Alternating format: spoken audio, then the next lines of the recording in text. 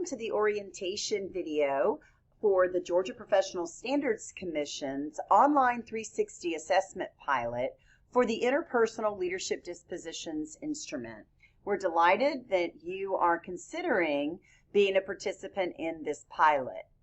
If you are watching this video, it's because your leadership preparation provider or your school district has indicated that they are willing to engage in the pilot administration. However, each individual leader has the choice of whether they participate in the pilot or not.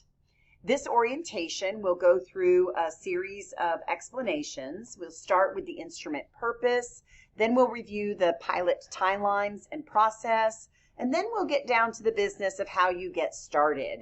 The first step in an online 360 assessment is to identify your raters and get them on board to complete the assessment so you get the most valuable feedback.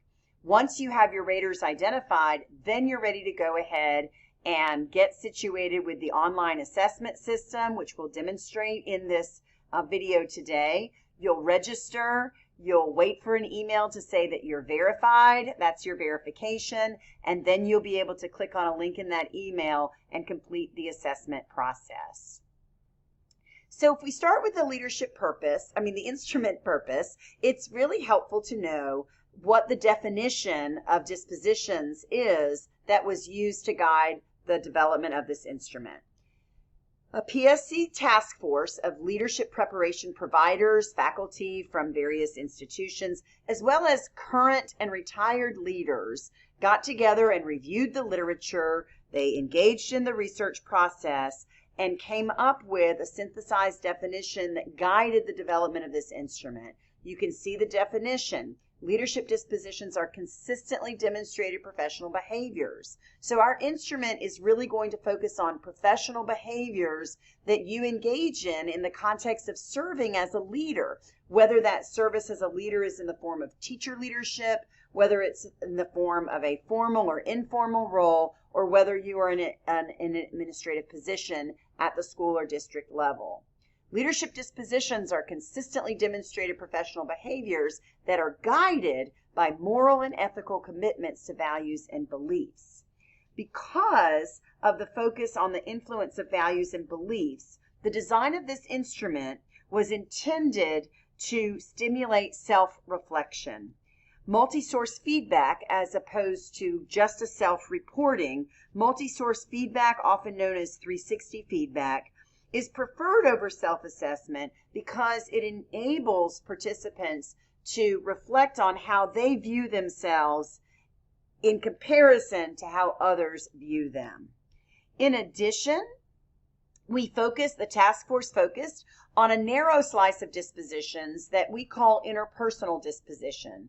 These are the patterns of behaviors that are exhibited in interactions between the leader and the stakeholders of their organization. So we'll be asking you to think about the people with whom you interact as a leader. If you're a teacher leader who serves as a department chair or a grade level leader, then your grade level colleagues are a group that observe you in that role of leadership. If you are the leader of a professional learning community, the members of that professional learning community have the opportunity to observe you and interact with you. These are the interactions that are the focus of this dispositions assessment. Now, the pilot timeline and process is pretty aggressive. Between the dates of October 26th and September 6th, there's a lot of activity that needs to happen with you and your leadership preparation provider. First and foremost, the leadership preparation providers have information to share with you. They will be orienting you, providing you handouts, and during that time as a participant, you will need to orient and confirm your raters' commitments to complete the assessment. You'll be reviewing a virtual orientation, which you're doing right now, and completing the consent form, which we'll do at the end of this orientation. We'll ask you to sign up for the CAU online assessment system after you have oriented and confirmed your raters' commitment. CAU staff will verify those registrations within 24 hours. It is important to note that once you register for the system, you will not be able to log back in until you've been verified. And if you try to log back in, it will lock you out. So just wait until you get the verification email. That will include a link for you to complete the online self-assessment. At the end of your self-assessment, before you hit submit, you'll be adding your raters' contact information, their names, relationships, and email addresses. And that's all you have to do. Between the time of September 6th and 16th, whenever you finish your self-assessment, the CAU online assessment system will remind the raters to complete their assessments of you. At the end of the rater period, during September 17th to 18th, Clark Atlanta University will distribute the feedback reports directly to you, the participant. Now, you might be wondering, I thought this was a Georgia Professional Standards Commission pilot. Why is this coming from Clark Atlanta University? The Professional Standards Commission partnered with Clark Atlanta to manage the research and development with this task force, as well as the pilot of the online assessment instrument. So the next part of this orientation is getting you started with selecting and orienting your raters. You should have received either a digital or a paper copy of a handout that looks like what you see on the screen.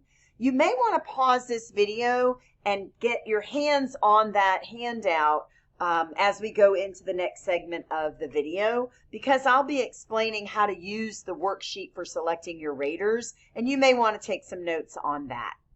So pause the video, gather that handout, and I'll assume that you have it before we go on to the next slide. Now that you have the handout in front of you, let's talk about the process of selecting and orienting your raters. The raters you select should be individuals who observe you on a fairly regular basis as you engage as a leader in your school or district. There are some required classifications for this leadership dispositions assessment to give you really good feedback. First of all, your direct supervisor should be included as a rater. You'll need to meet with them and help them understand what the instrument is about and how it's going to be used. In addition, if you have a mentor or a coach, if you're part of a leadership preparation project, a program, or you're a new leader and your district has provided you a mentor or a coach, that would be an individual you would want to serve as a rater.